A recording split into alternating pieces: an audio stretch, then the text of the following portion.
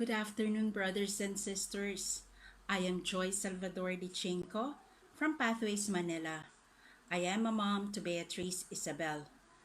Let me share with you my journey on sharing God's gospel, God's message in my daily life. Ang sabi nila, madaldal daw ako. And yes, I am truly madaldal whenever I talk about God. I started my journey with the Lord at a very young age because my influencers then were my great grandmother Clara, my mom's Lola, and my own Lola, my father's mother, Guadalupe Luningning. May God rest their souls. And now, people I meet each day inspire me to become a messenger of God. In my almost half a century of life, of existence, I never lose my faith, my trust, and my love for God. Actually, these three increase day after day. Don't get me wrong, brothers and sisters. I have my highs and lows in life. Sabi ko nga at times, my life is like a rainbow, makulay. But because I have that immense love for God, because of the miracles and blessings He has sent over, miracles and blessings in the form of people, my family, my greatest miracle is my daughter Beatrice Isabel, my friends in my community, and even strangers. Sis, what if there are challenges that come your way? How do you handle it? I always believe, brothers and sisters, that these challenges are the very reason for me to share God's message to others. Whenever there is a challenge, then there is a blessing. Then there is a miracle. And that blessing and miracle is my way of sharing God to others. The great love of God to us. He is my everything. I really, truly can say that. These are my own daily joy of discovering God's manifestation of greatness and love for me. And my gratefulness is overflowing. No difficult phase can give me even second thoughts of God's love and compassion for me. And this immense feelings brings me to share God's marvelous works in my life. A simple and just a recent one was I had a major surgery, and some friends of mine were sad when they learned that I spent my new year in the hospital alone.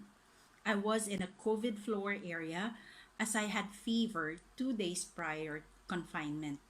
Naawa sila sa akin at nag-iisa raw ako ng New Year. But I replied to them, I was never alone. I was never alone because God was with me. And strangers were with me, taking good care of me. And I thought of them as my blessing. A blessing because I have the chance to really thank God for my life, reflected and communicated with God through praying, through singing, or even talking to Him, listening to Him. And I also considered it as a miracle. It is because the miracle was the pain I encountered. Sis, why did you say that the pain is the miracle? It is a miracle because when I had that pain, I was with my family who brought me to the hospital. I cannot imagine what might have happened if I was alone in my home. I was living all alone for almost 9 months due to COVID. My sisters requested me to be with them during holiday, had me fetched by the driver. Diba? Blessing and a miracle talaga. God will never ever put us in a situation that we cannot bear. Brothers and sisters, two things I always remember are number one, Isaiah 42 verse 1. Here is my servant whom I uphold, my chosen one, whom I delight. And going further to verse 4, God further says, He will not falter or discourage till He establishes justice on earth.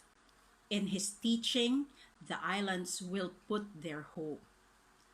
You know what, brothers and sisters? This verse came in one of my prayer time in March 1992. This prompted me to become a volunteer staffer of CYA. Number 2 point. Whenever I feel I am not worthy or useless or I am sinful, I go back to point number 1. Remembering the words, my chosen one, in whom I delight. With these words, grow that peace in me. This keeps me going to share God's wondrous deed in my life. But the best sharing, because the best sharings are that first-hand experiences or my personal encounters with Him. You know what, my brothers and sisters, whenever I share the gospel of God, what I do is I pray. Every day is a challenge on how I bring God to people. So I invoke the presence of God by just saying, my Lord, cleanse my mind, cleanse my lips, and cleanse my heart that I may proclaim your good news. This is a very short but deep prayer for me. Number 2, my tip, smile. Smile brings peace. Smile is a communication with others, a non-verbal communications with others.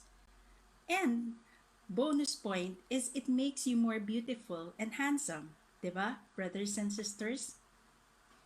Number 3, I strike a conversation remembering the word joy.